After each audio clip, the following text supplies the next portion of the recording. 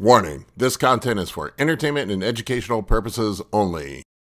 This video is brought to you by First Detachment Nutrition. Battle tested, expert formulated. Use discount code AB10 at checkout for 10% off. Alright folks, Big Paul here with you today, and we have another anabolic Q&A lined up. We are going to talk about my tummy tuck surgery and whether or not you would want to do it. We're going to talk about if you need to take PEDs from day one to be a good bodybuilder, and how to transition from being a strongman to being a bodybuilder, and we're going to dig into all that in just 1 second.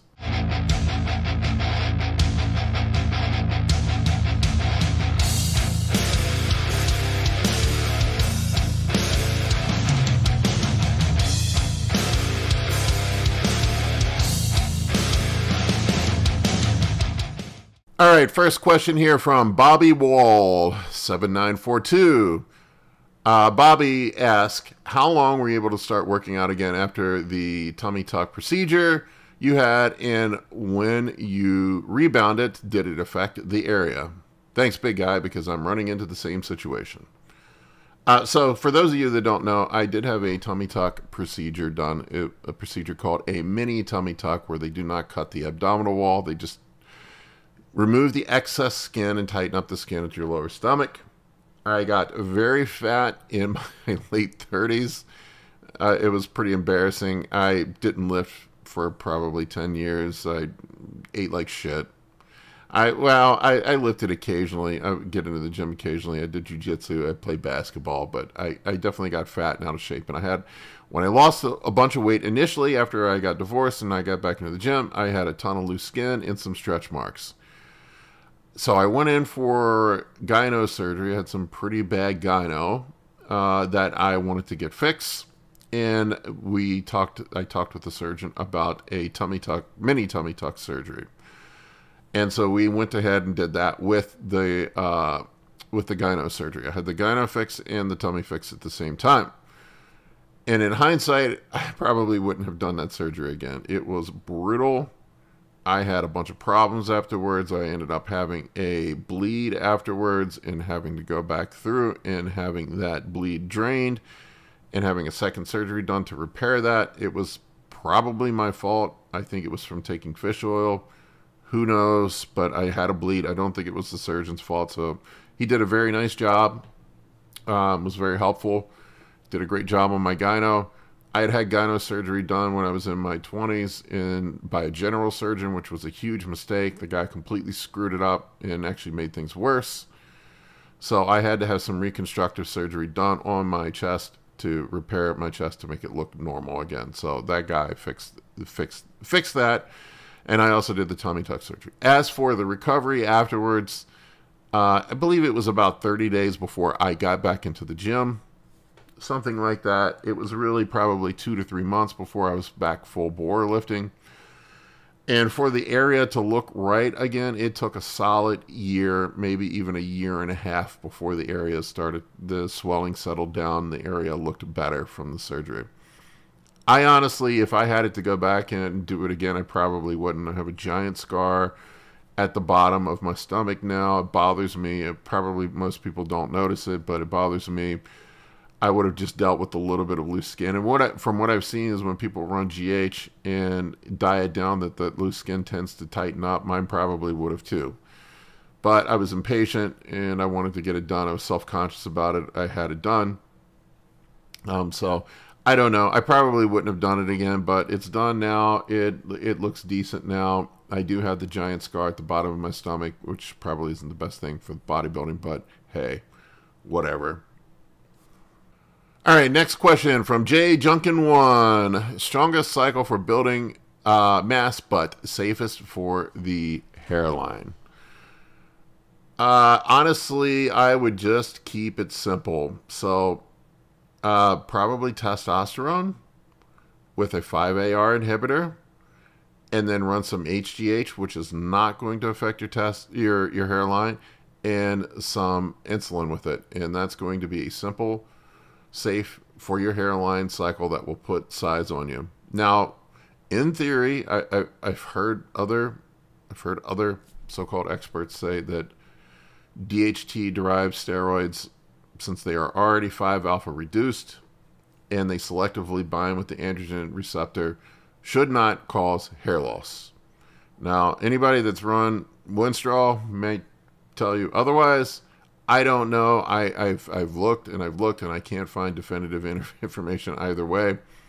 But practical experience tells me that yes, they maybe contribute to hair loss. Maybe it has some effect on the testosterone, in how testosterone reduces to DHT. Maybe it affects the 5-alpha reductase enzyme. I don't know. Or maybe it. I've heard Dr. Todd I think speculated that because DHT derived steroids cause lower estrogen conversion, that maybe more of the testosterone actually converts to DHT, and that is what causes hairline loss. But androgenic alopecia is primarily caused by DHT. So we want to limit DHT conversion. So testosterone with a 5-alpha reductase inhibitor, HGH does not convert to DHT, so it's hairline safe. Insulin does not convert to DHT, so hairline safe. If you wanted to throw a second compound in there, an androgenic compound potentially, equipoise, I don't know. But one of the benefits of equipoise is that it reduces to DHB. You would be inhibiting that pathway, which probably takes away the benefits of using equipoise. So I would just keep it simple. Testosterone, 5-alpha reductase inhibitor, HGH, insulin, maybe using some topical minoxidil if you want to be extra safe. All right, next question here from Cruz Mario Wee. TRT plus cycle suggestions. What would be a good second compound to add to TRT? If I were going to add one thing to TRT, it would probably be HGH. HGH makes the most sense to me. HGH is non-androgenic, and most of the side effects that we get from, the nastier side effects are from the androgen-induced side effects. So HGH would make a lot of sense to me. Another option would be Masteron or Primobolan. Masteron or Primobolan make your testosterone work better. It's going to lower SHBG and cause more of the testosterone to convert to free testosterone. It's also going to lower estrogen conversion as well. So your testosterone is going to work better. So Primobolan or Masteron, I prefer Primobolan. I think Primobolan, at least in my experience, I like Primobolan a bit better. Could be a complete placebo. There may be no difference between Primobolan and Masteron in practicality. Who knows? But it's just been my experience. I feel like I get more out of Primobolan. So that would be my suggestion. Probably HGH or Primobolan and Masteron would be potential second compound choices.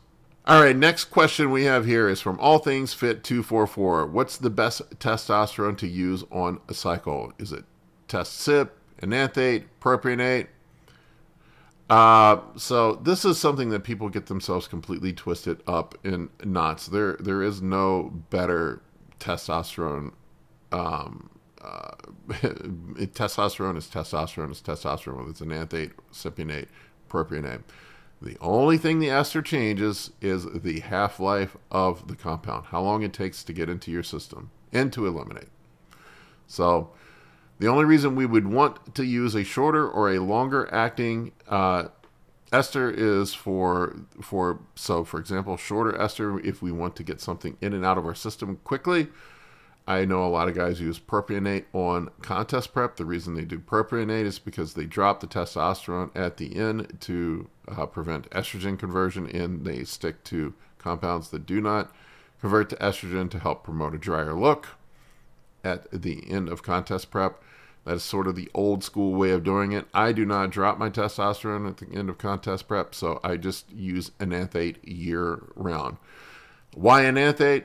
I don't know. It's what I've always used. Enanthate and Cypionate are essentially the same thing. I hear a lot of guys think there's some magic about Sustanon, that Sustanon is the best type of test. It's no different. It's just a blend of esters that are going to hit you at different times. So if you are going to be on testosterone year round and you're not going to cycle on and off of it, probably a medium to a longer acting ester would be a better choice.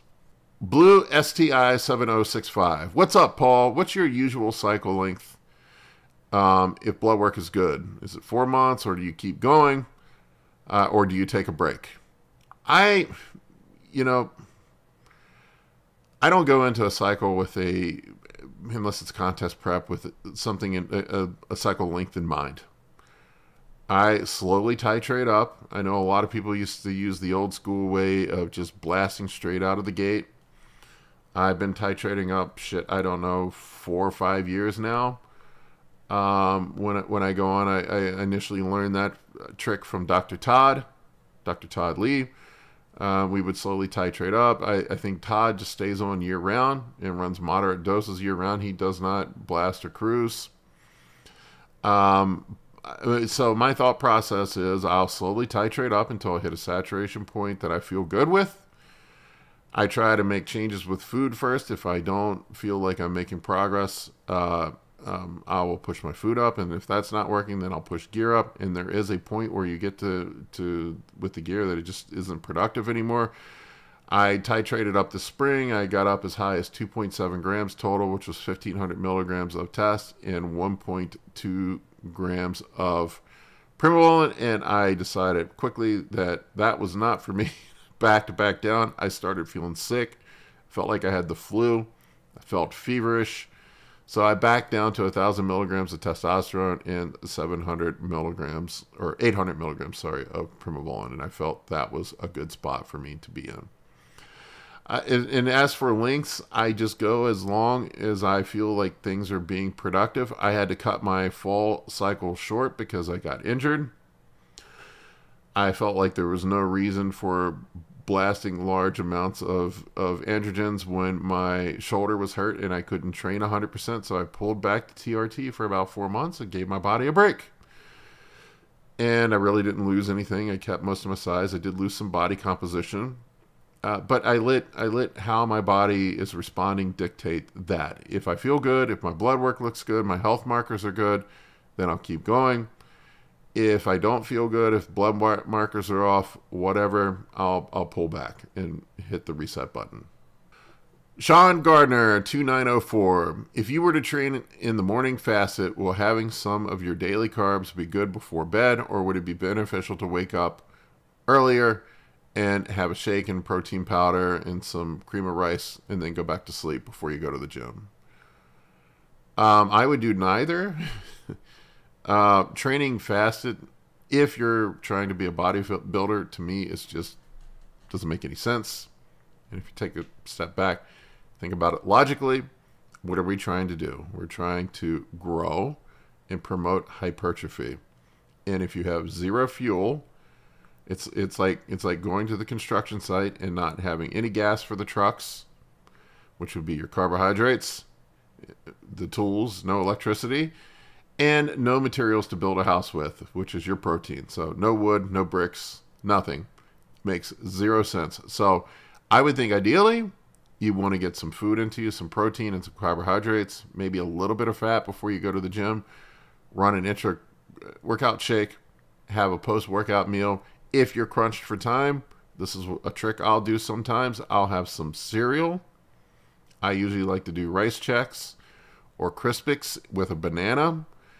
And you can slam a protein shake, and you can literally do that while you're driving to the gym and have it all down. It's easily digestible, and then that way you have some amino acids present and some carbohydrates that are going to be in your bloodstream when you hit the gym, and you're probably going to have a more productive workout, and you're going to more likely be able to promote some hypertrophy.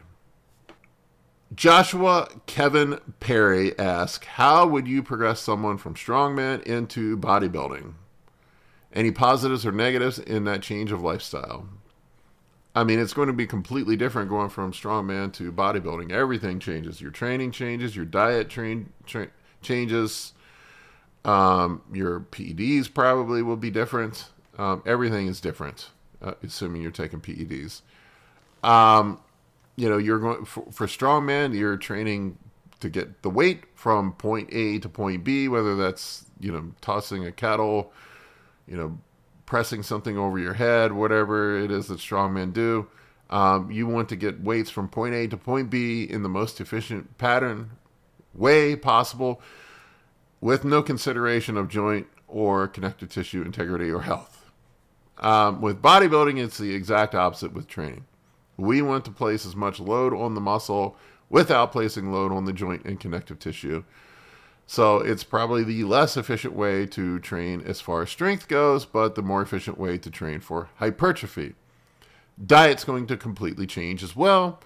For bodybuilding, we're more concerned about body composition and how we look on a stage, whereas for strongman powerlifting, you're likely trying to maximize leverage and maximize strength, which means carrying more body fat, having more bloat. That's not good for bodybuilding. That's good for powerlifting and strongman. So diet is going to be completely different. The positives for switching to bodybuilding, you're going to look better. I don't think there's many girls asking for dates from strongmen. Maybe, I don't know, but women like the bodybuilding look better.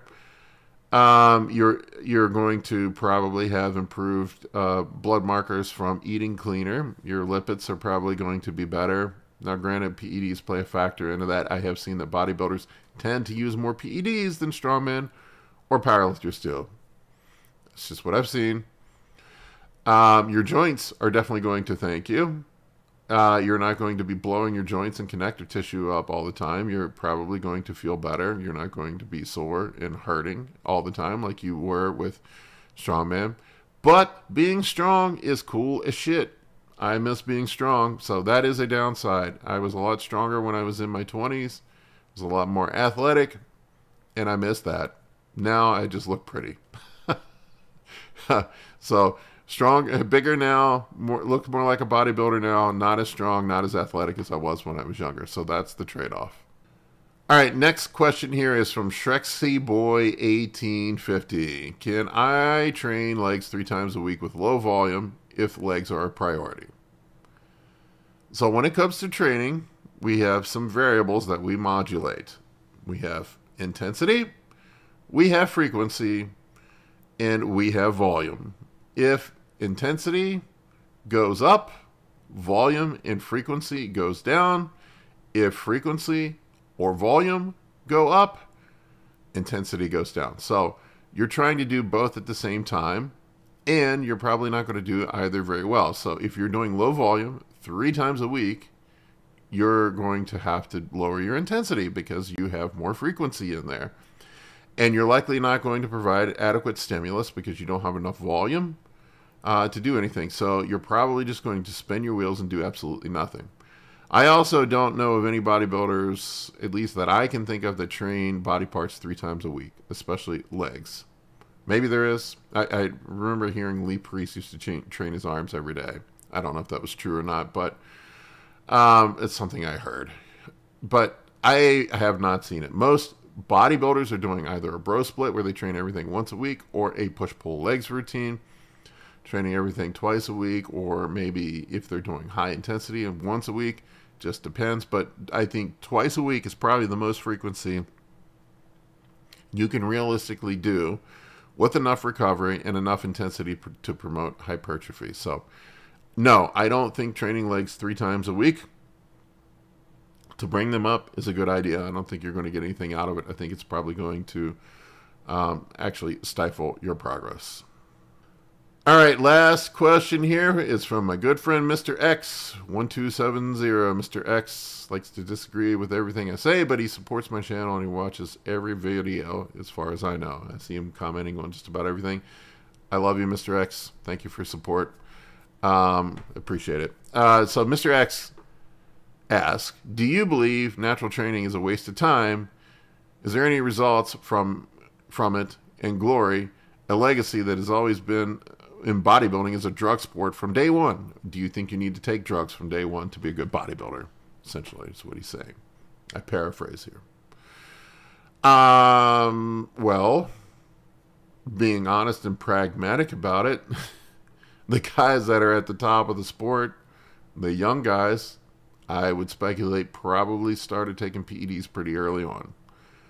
Nick Walker, Hunter Labrada. I don't mean to call names out, but I would speculate that they probably started off pretty early. Who knows? Only they know when they started, and I'm not here to judge. It's whatever floats your boat. As far as natural training, here's what I have some prerequisites before you start using PEDs, and this is my thought on using PEDs. First and foremost, you need to know how to train. And it takes a good solid year or two in the gym just to get the basic movement patterns down, to even know what you're doing, to even know how to lift. And hell, I've been lifting off and on for 30 years, probably longer. And there are some things I feel like that just clicked with me in the last couple of years after that long of lifting as far as for bodybuilding training. So I would say at a bare minimum, you need to have the basics of training under your belt. You need to understand how to train effectively. I would eke out the newbie gains. You don't need to be on PEDs when you get the newbie gains.